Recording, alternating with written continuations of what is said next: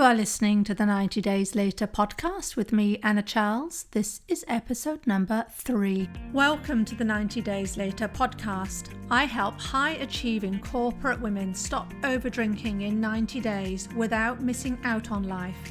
Each week I'll provide tools and insights you can start using right away to transform your relationship with drinking and go from thinking alcohol makes things better to not missing it one bit. Hi everyone, how are you doing? Well, I'm really well. In fact, I've just been out for a long walk around the local heath here, feeling full of beans, so thought I would come and record a podcast for you all. Now, in the first episode, my first podcast, I spoke about why we drink. I spoke about the importance of recognizing it's really just a habit. It's not something to be ashamed of. And it's a habit that you've become really, really efficient at doing. But what I want to do today is peel that back one layer, where we will find desire. And in simple terms, you drink because you want to. Desire is an incredibly powerful emotion. We do amazing things in the name of desire, which is why the way to completely, and I mean completely, transform your relationship with alcohol is to tackle your desire for it. Simple as that. Let me give you an example of this. So I'm a non-smoker. I've never smoked. I have absolutely no desire for smoking. Now you could come along and you could heap cigarettes in front of me. You could sign me up to a lifetime supply of every cigarette under the sun. You could have someone on standby, perhaps to hand me a cigarette whenever I wanted to light up, and I wouldn't be interested, not at all. Take somebody who's a smoker and they might think, you sound a bit crazy. That seems like a really great deal to me. And the thing that separates me from the smoker is that I have no desire at all for cigarettes. And there's absolutely no judgment involved because to me they're just cigarettes, right? I'm not thinking they're bad for me. I'm not thinking that I shouldn't light one up. I'm not wondering how many a day could I smoke for it to be not quite so bad. Or I'm not wondering whether I could smoke just one just to get that old buzz. I'm not thinking any of that, none of that. Because those thoughts don't even occur to me because I'm a non-smoker with zero desire for smoking. I don't have those thoughts because I'm not trying to be a non-smoker. I'm not resisting a desire to smoke by negotiating with myself. There's no need for me to do that because I'm a non-smoker. You see how that goes? See, there's a big difference there. I don't need to go through the emotion of resisting feeling desire because there's no desire there in the first place. Now, it just so happens I've never smoked in my life, but I have now achieved the same level of non-desire about alcohol as I just explained there with cigarettes. You could put an open bar in front of me with all my favourite drinks laid out, right? All the lovely French Chablis and the champagne and even perhaps a couple of bottles of Southern Comfort, and I truly wouldn't be interested, right? I still find it amazing to say I feel the same about alcohol as I do cigarettes, right? I don't sit there thinking, perhaps just one would be okay, or I deserve it, or it'd make me feel so good, right? Those old thoughts I used to think when I was drinking. I don't think any of that. I don't have to negotiate with myself like that because I have no desire. Now, I don't really think about alcohol one way or the other. This is really important to make clear. I don't think it's good. I don't think it's bad. It's just liquid in a bottle. It's what we make of it that makes all the difference. I don't think drinking is bad. I don't think abstinence is good. I don't talk about sobriety. I don't see the need. If I want to drink again, I will. But here's the cool thing. Back to desire. For months now, I've had no desire to. It's easy to not drink when you don't desire it. Let me say that again. It's easy to not drink when you don't desire it. Just like it's easy to not smoke when you don't desire cigarettes. It's easy to not scoff a packet of donuts when you don't desire them. It's easy to not overwork when you don't desire it. It's easy to not play video games when you don't enjoy video games. It's easy to not drink when you don't desire it. If you are listening to this because you want to stop over drinking, you might be thinking at this point, well, it's easy for you to say that, Anna, which of course it is. But really, this is so accessible to you too. Know that at the moment, you just have increased levels of desire for alcohol. You have perhaps an over-desire for it. This is the reason why you say yes to a drink when you really want to say no, because part of you actually really does want that drink, even though you're telling yourself it's bad for you. But break this desire down and I guarantee you will have full freedom around alcohol, whether you want to cut back or whether you want to quit entirely. In fact, the choice is yours. How do we do that? Okay, well, let's first look at what desire is. Desire is the emotion of longing for something, an object, a person, an outcome. We feel desire through a release of something called dopamine in the brain. And what is dopamine? It's a neurotransmitter released by the brain during enjoyable activities. Now that sounds quite scientific, but I like to think of it like this. Dopamine plays a role in how we feel pleasure.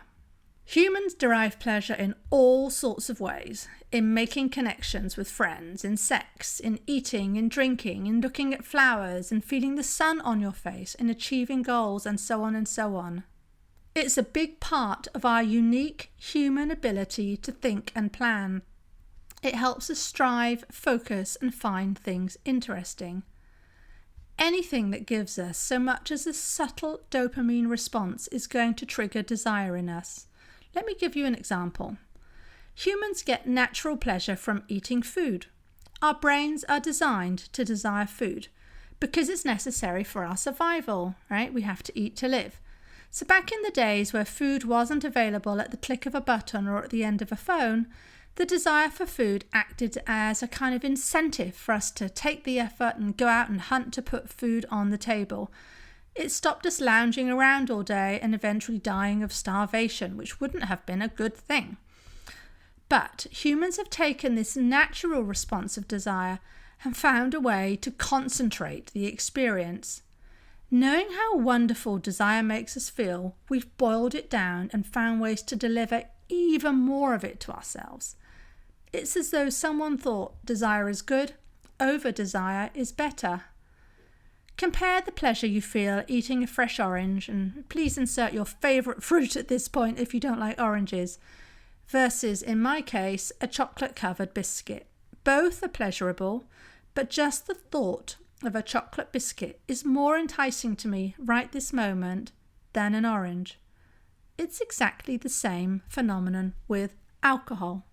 Alcohol is designed to be desired. It does this by releasing increased levels of dopamine to your brain. This means you feel an enhanced level of pleasure and your brain thinks, this is good, this is nice, this must be important, I want more of this. We are programmed for survival. In the same way that the brain steers us away from dangerous situations in order to help us live, it equates anything that makes us feel good as being important for that survival, and as such it encourages us to seek it out. Now the brain doesn't know that alcohol, of course, is not necessary for our survival, but because it makes it feel so good and delivers these elevated levels of dopamine, it treats it as something that we should seek out. It treats it as something that we need to survive. These elevated levels of desire lead to highly concentrated pleasure. There are many examples of this. Porn is a concentrated version of sex. Gambling is a concentrated version of making money. Highly processed foodstuffs, such as flour and sugar, are the concentrated version of food. Alcohol is distilled and blended and concentrated purely to provide an intensely pleasurable experience. All of these are designed to give us an increased dopamine neurotransmitter response. The better something makes us feel, i.e. the more dopamine we get, the more we desire the thing. So you might like eating bananas, but after eating one, perhaps two, you've probably had enough. Compare that with drinking wine, where you feel yourself drinking 2, 3, 4 glasses, even when you don't really want to, perhaps. This is your brain seeking the dopamine reward cycle by repeating the habit of drinking. Because the reward to the brain of alcohol is so much stronger than bananas. This explains why you can sip your way through 3/4 of a bottle of wine when you had intended to only drink 1 glass. It's that concentrated boom hit of dopamine you get from the first drink that makes you desire the wine even more.